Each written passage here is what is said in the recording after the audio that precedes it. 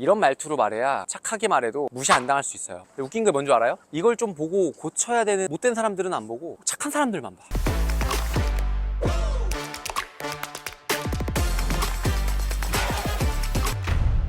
김민성의 스피치.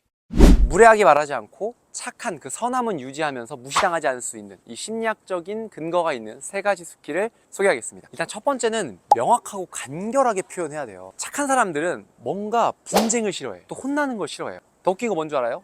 나 말고 남이 혼나는 것도 싫어해요. 그러다 보니까 상대방이 잘못했거나 상대방이 실수해도 상대방 혼나는 것도 싫은데 이런 착한 마음 때문에 간결하게 말하지 못해요. 계속 애둘러 말하는 거지. 예를 들면 내 의견이 무조건 맞는 거예요. 상대방이 자꾸 이상한 의견을 내. 이 사람이 틀렸어요. 근데 그것도 미안한 거야. 그럴 때 제가 꼭 맞는 건 아닐 수도 있지만 제 생각을 한번 생각해 보세요. 이런 식으로 애둘러서 말하니까 어때요? 내 의견이 맞지 않다. 날 무시해도 된다. 날 만만하게 봐도 된다. 이런 식의 메시지가 담겨 있잖아요. 이럴 때는 제 의견은 이렇습니다. 여러분도 검토해 주세요. 혹은 제 의견은 이렇습니다. 여러분도 검토해 주시면 좋겠습니다.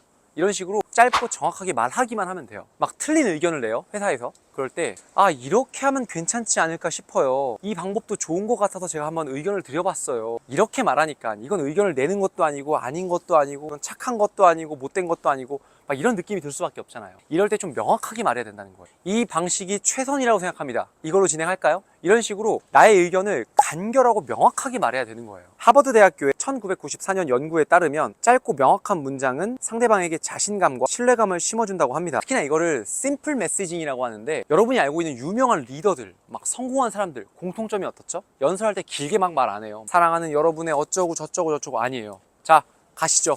됐습니다. 우리 이번에 이렇게 됐습니다. 그러니까 심플 메시징이다. 그냥 간결하게 말하세요. 교주 같긴 해요. 될지어다. 구독하세요. 네, 잠깐만. 네? 피디 구독했어요? 뭐가요? 전 계정이 없어요. 구독 안 했지. 두 번째는 부탁보다는 선택지를 주라는 거예요. 항상 또 착한 사람들 공통점이 뭐냐면 계속 부탁을 해요. 근데 부탁이 뭐예요, 여러분? 들어줘도 되고 무시해도 되는 게 부탁이에요. 부탁하는 말투는 상대방에게 내 말은 부탁일 뿐이니까 여러분이 하고 싶은 걸 하고 시간 날 때 들어줘도 된다. 이런 심리적인 메시지가 담겨 있기 때문에 웬만하면 피하는 게 좋습니다. 뭐 예를 들면 혹시 이것 좀 선택해 주실 수 있을까요? 어때요? 선택을 해도 되고 안 해도 되잖아요. 그러니까 무시를 해도 되는 선택지가 있잖아요. 그러니까 이럴 때 이렇게 말하는 겁니다. 자, A와 B 중 어떤 쪽이 좋을까요? 제 생각은 A가 좀 더 효율적입니다. 이렇게 말하면 상대방이 생각했을 때 A를 선택하기 좀 더 좋죠. 그리고 설령 상대방이 B를 선택한다고 하더라도 제가 낸 제안 중에 선택을 한 거잖아요. 어쨌든 성공을 한 거잖아요. 무시는 안 당한 거잖아요. 이런 식으로 제한적 선택을 하게 만드는 겁니다. 또 이런 사람도 있어요. 제가 요청드린 것 좀 다시 생각해 봐 주실 수 있나요? 생각 안 해버리면 그만이죠. 무시당하기 되게 쉽죠. 이럴 때는 되게 고급 스킬인데, 이 업무는 A 방식으로 했을 땐 속도가 빠르고 B 방식으로 했을 땐 정확합니다. A와 B 뭐로 할까요? 상대방이 생각했을 때 어때요? A는 빠르고 B는 정확하다.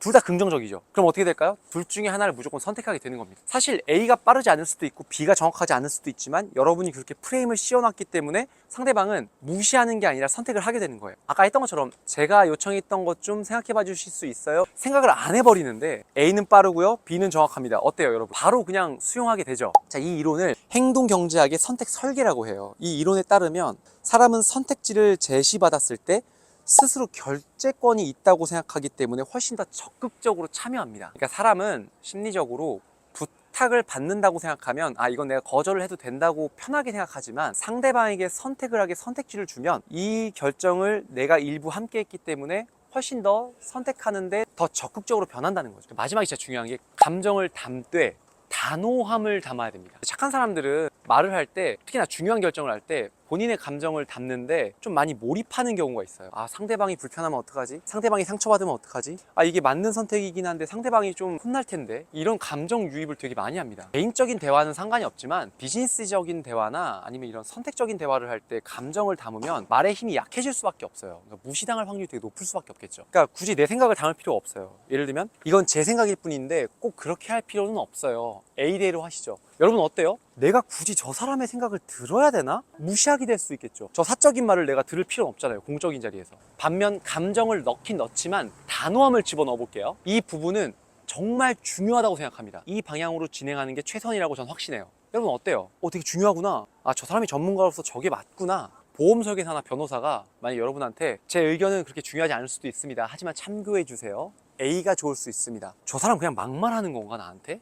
이런 생각이 들죠. 반면 똑같은 보험 설계사랑 변호사가 이건 제 진심 어린 의견이에요. 물론 여러분의 입장도 듣고 싶지만 우선 이 방향이 최선이라고 생각합니다. 첫 번째 말했을 때랑 지금 똑같이 감정을 넣긴 했지만 단호함을 넣는 것만으로도 확실히 말이 깔끔해졌죠. 그 비언어적 커뮤니케이션 전문가인 알버트 메러비안의 연구에 따르면 말투와 태도는 메시지의 신뢰성을 좌우하는데 38% 이상의 영향을 미친다고 합니다. 그러니까 상대방이 나를 존중하려면 단호하면서도 진실성 있는 말투를 사용해야 한다는 것이죠. 여러분, 이 세 가지만 기억하고 실천한다면 남을 상처 주기 싫고 모두와 함께 행복하고 싶은 여러분의 그 선한 마음을 유지하면서도 절대 무시당하지 않을 수 있을 겁니다. 근데 진짜 중요한 게 뭔지 아세요?